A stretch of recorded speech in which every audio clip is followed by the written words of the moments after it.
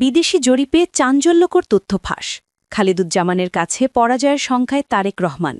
বিএনপির পাশার দান উল্টে দিয়ে ক্ষমতায় যাচ্ছে জামায়াত।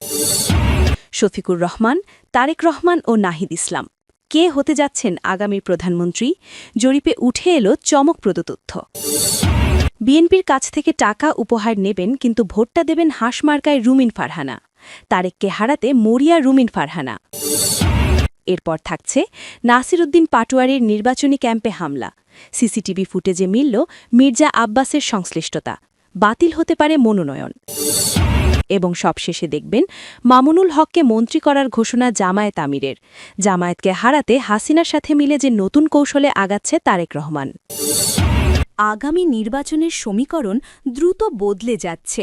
এতদিন ফেসবুক, চায়ের কাপ কিংবা দলীয় প্রচারণায় যে চিত্র দেখা যাচ্ছিল, মাঠের বাস্তবতা নাকি তার সম্পূর্ণ উল্টো। ঢাকার ভিআইপি আসনগুলোতে এমন এক রাজনৈতিক অঘটন ঘটতে যাচ্ছে যা বাংলাদেশের রাজনীতির ইতিহাসে নজিরবিহীন হতে পারে। সবচেয়ে বড় প্রশ্ন, তারেক রহমান কি সত্যিই নিরাপদ, নাকি নিজের ঘরের মাঠে বড় ধরনের হোঁচট খেতে যাচ্ছেন? আজকের এই বিশ্লেষণ আপনার রাজনৈতিক চিন্তাভাবনায় বড়সড় ধাক্কা দেবে, কারণ আজ আলোচনা হবে সোচ্চার নামের একটি সংস্থার গোপন প্রি-ইলেকশন জরিপ নিয়ে। সোচ্চার কোনো সাধারণ সংস্থা নয়। এর আগে দেশের ৫টি বড় বিশ্ববিদ্যালয় নির্বাচনে তাদের জরিপ ফলাফল প্রায় হুবহু মিলে গেছে। তাদের ঘোষিত অ্যাকুরেসি রেট ৯৯%। সেই সংস্থায় এবার ঢাকার ৪টি অত্যন্ত গুরুত্বপূর্ণ বা ভিআইপি আসনের জরিপ প্রকাশ করেছে। আর সেই ফলাফল প্রকাশের পর রাজনীতির আন্দরমহলে কার্যত ভূমিকম্প শুরু হয়েছে। মোট ফলাফল দেখলে আপাতদৃষ্টিতে হিসেবটা ড্র।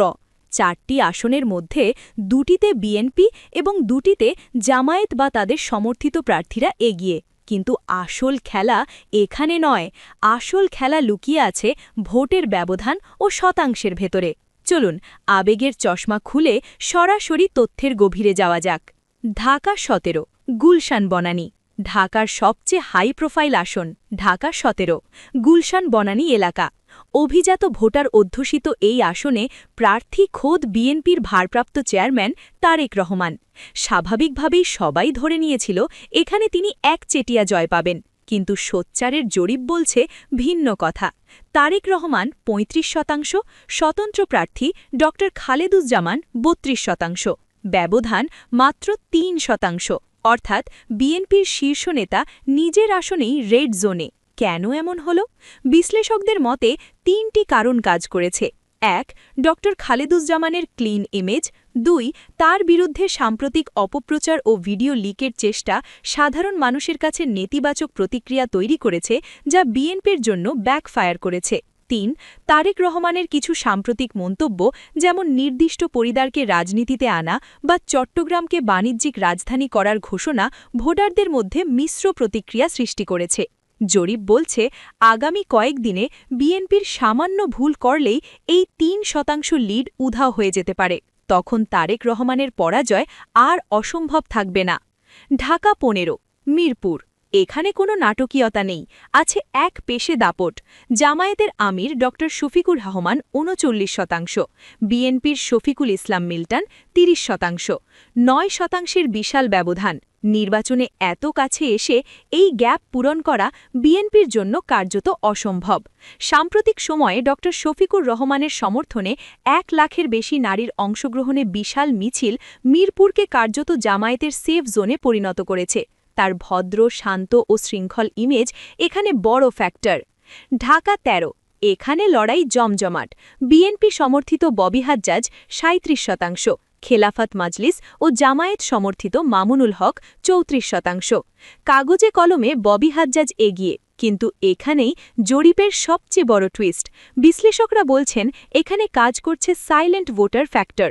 রক্ষণশীল ও মাদ্রাসাভিত্তিক ভোটাররা সাধারণত জরিপে মতামত দিতে চান না, কিন্তু ভোটের দিন তারাই নীরবে ব্যালট বাক্সে বড় প্রভাব ফেলেন। এই হিসেবে মামুনুল হকের ৩৪% ভোট বাস্তবে ৪০%-এ রূপ নিতে পারে, অর্থাৎ এটি পুরোপুরি নেক টু নেক ফাইট। ঢাকা ১১, এখানেও চমক, জামায়াত সমর্থিত নাগরিক পার্টির প্রার্থী জুলাই বিপ্লবের তরুণ মুখ নাহিদ ইসলাম ৪১%, বিএনপির এম.এ. কাইয়ুম ৩৭%। এখানে একমাত্র ফ্যাক্টর তারুণ্য। তরুণ ভোটাররা পুরনো ধাঁচের রাজনীতির চেয়ে নতুন নেতৃত্বকে বেশি আপন করছেন। ৪% লিড নিয়ে নাহিদ ইসলাম তুলনামূলকভাবে সুবিধাজনক অবস্থানে। তাহলে ফেসবুকের চিত্র এত আলাদা কেন? সোচ্চার তাদের জরিপে ভোটারদের দুটি প্রশ্ন করেছিল। ১. আপনি কাকে ভোট দেবেন? ২. আপনার মতে কে জিতবে? প্রথম প্রশ্নে জামায়াত ও তাদের সমর্থিতরা এগিয়ে বা খুব কাছাকাছি, কিন্তু দ্বিতীয় প্রশ্নে অধিকাংশ মানুষ বলেছে বিএনপি জিতবে। এটাকেই বলা হয় পারসেপশন গেম।